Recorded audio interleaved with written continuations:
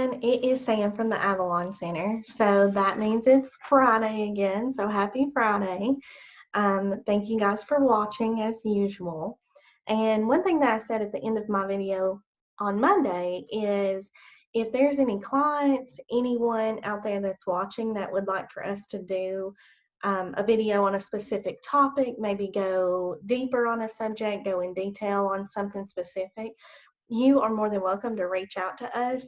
We're just kind of getting like whatever we think that you guys might want to hear or information that we think needs to be out there. But if there's something specific that you guys are looking for, absolutely comment, send us a message, whatever you feel comfortable with, and let us know, and someone will do a video on what you need information on.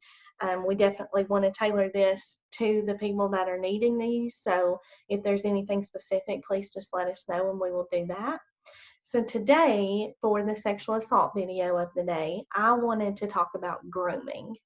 So grooming is something that we hear a lot about. It's very kind of publicized and talked about on TV shows and movies and things, which we've already talked about can be almost a negative thing for sexual assault because it's so dramatized and kind of turned into a different light to where it's not actually reality in a lot of things. But grooming is something that definitely does happen. It is certainly a process that goes along with sexual assault, especially when the victim is a child or a younger person. Not always has to be a child, but definitely something that really goes along with that process whenever a perpetrator is intending to sexually abuse a child and kind of build that relationship with them. We're going to talk about what grooming is, why perpetrators do that and go through that process and spend that time, and hopefully understand more about it by the end of the video today. So grooming specifically is a process in which a perpetrator gradually gains trust with the intention to sexually abuse. So that is a key thing there. Like, this entire process is intentional. It is with the intent to do these things. It is not for any just random purpose or anything like that. It is a specific process that they go through. And we're going to talk about why they do that and kind of what that looks like. So one thing that grooming really is important for to kind of recognize these things that we're going to talk about is because grooming can be used as evidence if a case goes to trial and things like that, because we know with sexual assault, lots of times, I mean, if it's not very close afterward, there's not physical evidence or there's not things like that to really nail things down. But if you can prove things through the grooming process, then it's going to go along and be used as evidence in a court case if it comes to that. So some key elements of grooming is targeting the victim. So typically, perpetrators that go through this grooming process have a specific type of victim that they're looking for, whether that be gender or age group or whatever that looks like. Typically, they have like kind of a type that they're after. And so one of the first things in that is targeting a victim that fits whatever type that that person is trying to find and victimize. So next would be securing access and isolating the victim. Now this requires time, it requires a lot of effort, a lot of manipulation, and not just with the victim, but also the people surrounding the victim, whether the victim is, let's say, a 12 or 13-year-old girl, then, the perpetrator is not only going to kind of go after and build a trust with that victim, they're also going to do that with the adults surrounding that victim that control the access to them and things like that. They're going to spend almost just as much or more time with the adults or whomever is surrounding the victim to kind of gain access to them. So gaining the victim's trust is a big thing.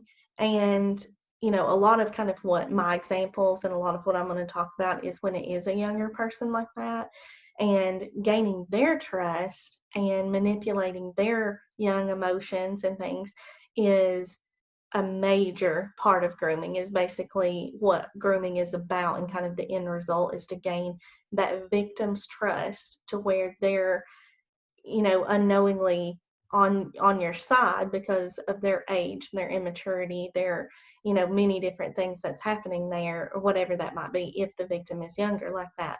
But no matter what, it is manipulating and gaining the victim's trust to where they're doing things and being, participating in the abuse, what seems like willingly almost, and it's just because of this grooming process. So another is controlling and concealing the relationship, because especially if the victim is much younger or underage and things like that, then they certainly use that trust to kind of guarantee that the relationship's going to be concealed. Another thing is, how does grooming happen? Well, obviously in person, but we know that in today's time, online is a huge, huge way for sexual abusers and perpetrators to find victims, to contact victims, to kind of stay safe to where they're not going out showing their face, or it kind of conceals them in a way that they feel like they might not get caught as easily if they do these things. Um, Online is a very potentially dangerous thing, and there's a lot of ways and things that we can do to kind of be more secure, make sure that your children are more secure on what they're doing online, and because it's a very real and easy almost way for perpetrators to find victims. So what is the purpose of all of this time, all of this effort that's kind of going into grooming a victim? Well, one, a perpetrator can absolutely be violent. Absolutely they can. They can threaten and, use fear as a tactic. But in this grooming process, it's more of a subtle technique to where they can, they use all these different tactics of like trust and manipulation and playing this part, and it takes a whole lot more time. But the reason that they do these and the purpose for all of this is, one, once they gain that victim's trust and really, completely groom them and get them to where they're, doing the things and they feel like they're making the decisions, even though that they've been groomed and they're still being manipulated by this perpetrator. One, the victim will continue to return to the perpetrator. So that is, definitely something that that is a goal in this. So also to increase that, not only that the victim will return, but that they will conceal the relationship. They will do all of these things to make sure that they don't get caught, as well, that they're basically participating in keeping the perpetrator safe at this point, to reduce the likelihood of someone believing the victim if they come forward. So if the victim is maybe an underage girl and the perpetrator has, spent all of this time and effort to gain the trust and respect and manipulate and do all this with the adults surrounding this person, and then this victim comes forward and maybe tells someone, the likelihood of them being believed are a lot less. If the adults feel like they have this relationship and they know this perpetrator and can trust them and all these things, then it's a whole lot less likely that they're even going to believe that victim. And that is obviously a very dangerous thing, but it is a reason that they go through all these steps and spend all this time and effort to groom the victim. So kind of all of that is perception that the victim has, perception that the people around the victim have, and all of that is kind of protection for that perpetrator. So kind of examples of this is, I know everyone's probably seen documentaries or movies or TV shows or something surrounding this, but it's very real, to where maybe a young underage girl has met this person online and they have only talked online, and then they can even talk them into running away, meeting them, and then they take them. it's very dangerous. Sex trafficking is involved a lot like that, to where if I can, no one knows that you're talking to me because it's secret and it's this, and I build this trust with you and talk you into meeting me once, and you sneak out, or whatever it is, and you go and I meet you one time, then you're gone, basically. So that is kind of a drastic thing, but sex trafficking is something that's also getting wildly rampant in even our area, in the areas that we cover. It's something that's happening very often. So whether it is a continued sexual abuse, and not like an abduction is involved in things like that, but the grooming process is what gets victims to go to the perpetrator and put themselves in those dangerous situations, and continue going back to the perpetrator, because they have been a victim of this entire grooming process, and they think in their mind they've been made to believe that they're making the decisions, and they're willfully participating. But in reality, if they're underage, then they don't even have the capability to provide consent, and they've just been a victim of this entire grooming process. And that's a very dangerous place to be. That's a very dangerous thing for victims, no matter what age.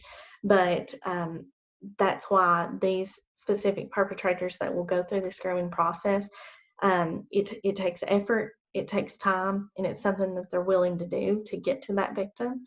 So kind of looking at these things and all of this, of why it happens, how it happens, and kind of what it looks like, is ways to maybe recognize and prevent it. Kind of watch very closely of when an adult is maybe having a lot of interest in one child specifically, or trying to gain access to one child and kind of single them out if there's multiple children, or whatever that looks like. There's lots of things that we can talk about further about, ways to recognize, ways to safety plan and stay safe with your children and their access to the internet and things like that. That's something that parents have to be vigilant about, of internet access and activity, and who your children are talking to, because that is becoming a more and more easier and safer way for the perpetrator if they can gain access to victims in that sense. So if you have any questions at all, or want to discuss safety plans or things to look for or anything like that, then you give us a call on our crisis line or office number. You can message us on Facebook. You can reach out to us in any way, and we can answer those questions for you and kind of talk more about that. But thank you so much for listening and watching, and thank you for participating in our auction. As always, it's still going really great, and we are excited to continue reaching out to you this way. Don't forget to let us know if there's something specific that we can do a video on and cover for you guys. But thank you so much for watching. See you next time.